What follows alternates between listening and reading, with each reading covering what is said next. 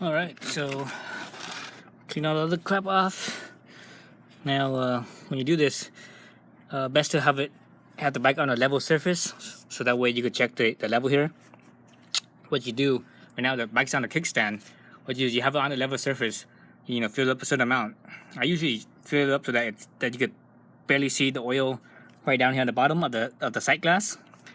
Then I actually get the bike off the kickstand and actually stand it upright so that it's straight up and down, perpendicular to the ground. Then that's how you check your level, because the bike has to be straight up and down, and the front and back wheel should be level.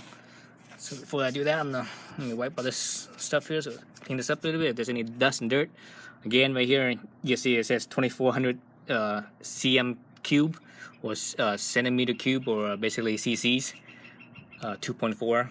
In other words, it's about 2.4 liters is about 2.5 quarts. So I have my oil here. I'm using, see this right here, I'm using T6. This is probably the best, lowest cost oil, motorcycle approved oil. And you can actually see that in the back. You actually see that in the back, down in here somewhere. It'll say Jazzo. Right here it says Jazzo MA. That means it's approved for wet clutches. That's what most motorcycles are, right? It's wet clutches. Okay, so I'm gonna do this quickly. I'm about to run out of batteries. Okay, so loosen this up. Have a funnel. Have your oil ready, and it's also a good idea just to eyeball how much oil you have. On the level here, this little level here, just eyeball how much oil you have. So I'm gonna put in 2.5 quarts. So quarts on the left side, liters on the right side. I'm probably at, I don't know, maybe 4 quarts or so. So I'm gonna go bring it down to 2, and a little past down below 2. Then I'm gonna check the level. Okay.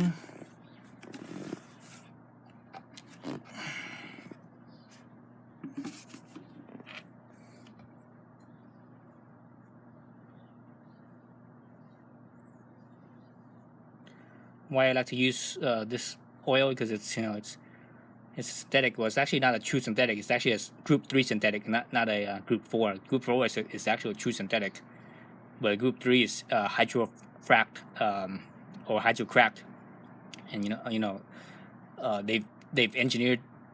It's made out of natural dinosaur oil, but it's been so manipulated, so engineered that it wouldn't occur naturally.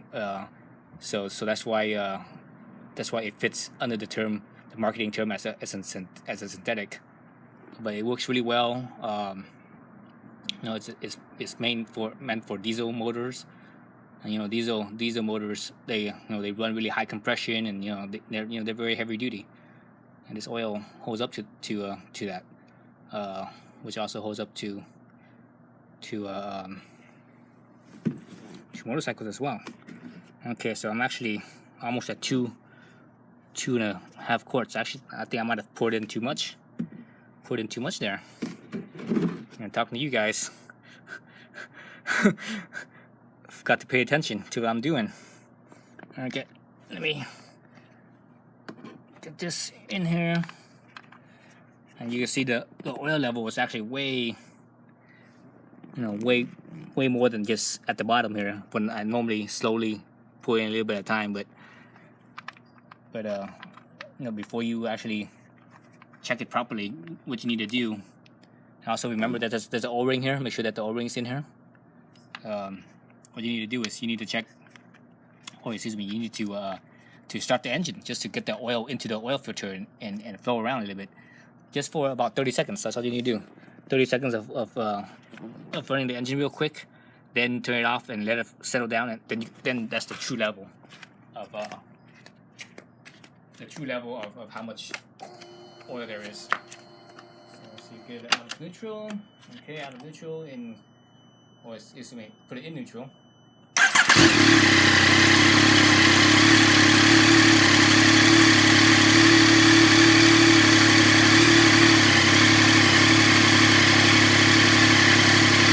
You can see that once the engine runs, the oil gets sucked up. Now, basically, you don't see anything at all. You know, again, the bike is leaned over, so it's not, you know, it's not really a true reading, but you sort of see it. All right, I think that's enough. All right, turn it off. But that should be enough to fill up the oil filter. Let me move some of this stuff out of the way so I can tilt the bike over, and give a few seconds, and you see no oil coming down again. So that means some of that oil ended up in the filter. Let me see. Let me try to move this bike so that it's oh, now you see the oil level. See that? So that it's balanced. Man, I can't. It's kind of an awkward spot for me to see. Okay, oops, it's a little bit too much on my side. Oh, let me see, it's balanced right about there. There you go, it's about balanced right there. So the bike is upright. The oil level is actually right between the low and high point here.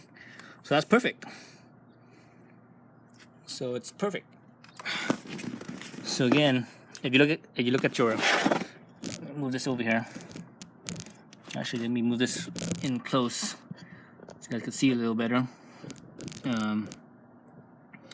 You see there's a low point here and a high point here.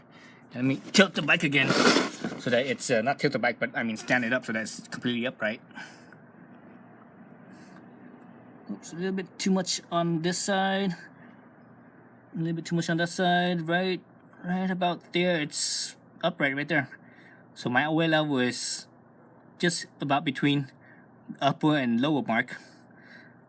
I think I might put a little bit more, maybe a few more ounces in there, just to get it so that it's at the upper mark. But anyways, that's all you really need is keep it between those two marks, and you should be good. And that's it. I'm actually gonna do a little bit more, but I'm gonna do that off camera.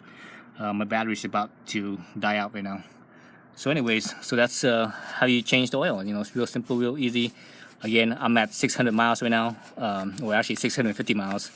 So I just changed the oil filter. I'm gonna check my chain and clean and lube my chain. That's about it. I think everything else seems to be kosher so far. So I don't think I'm not gonna check anything else. Everything seems fine. All right, thanks for watching.